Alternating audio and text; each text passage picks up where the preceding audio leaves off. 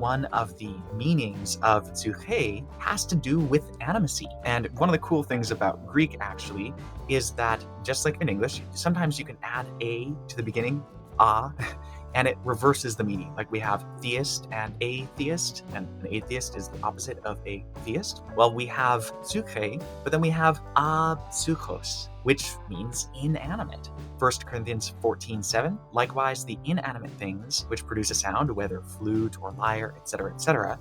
Okay, so this is actually kind of telling. If the opposite of Psyche means inanimate, that lets you know that at least one of the meanings of Psyche is animate, something that is animate. So building on that idea of animacy, Psyche actually very often can mean life, and not a sort of spiritualistic notion of life, but just straightforward bodily life.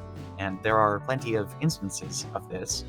For example, Luke 12, verse 23, life is more than food, and the body is more than clothing. So obviously, clothing is designed to protect and preserve the body. Likewise, food is designed to preserve life. But the life that food preserves is bodily life, right? It's not a spiritualistic notion of life, it's bodily life. So that's Psyche in this context, it's bodily life. Another example, we have, he who seeks his life will lose it, and he who loses his life for my sake will find it.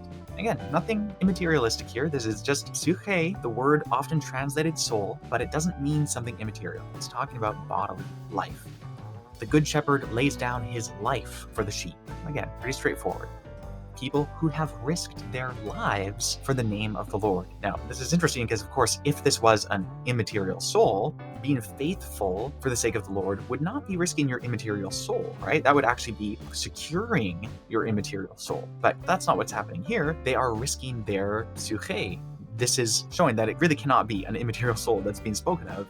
This is speaking of their physical life. And this is Paul here in Acts saying, nor do I hold my life dear to myself. Again, he's talking about bodily life. He's not talking about an immaterial soul. If Paul believed in an immaterial separate soul, he would not have said that he does not hold it dear to himself, right? But as we've been seeing in this whole series, Paul didn't believe in any sort of immaterial soul. So here at Psyche, just physical life.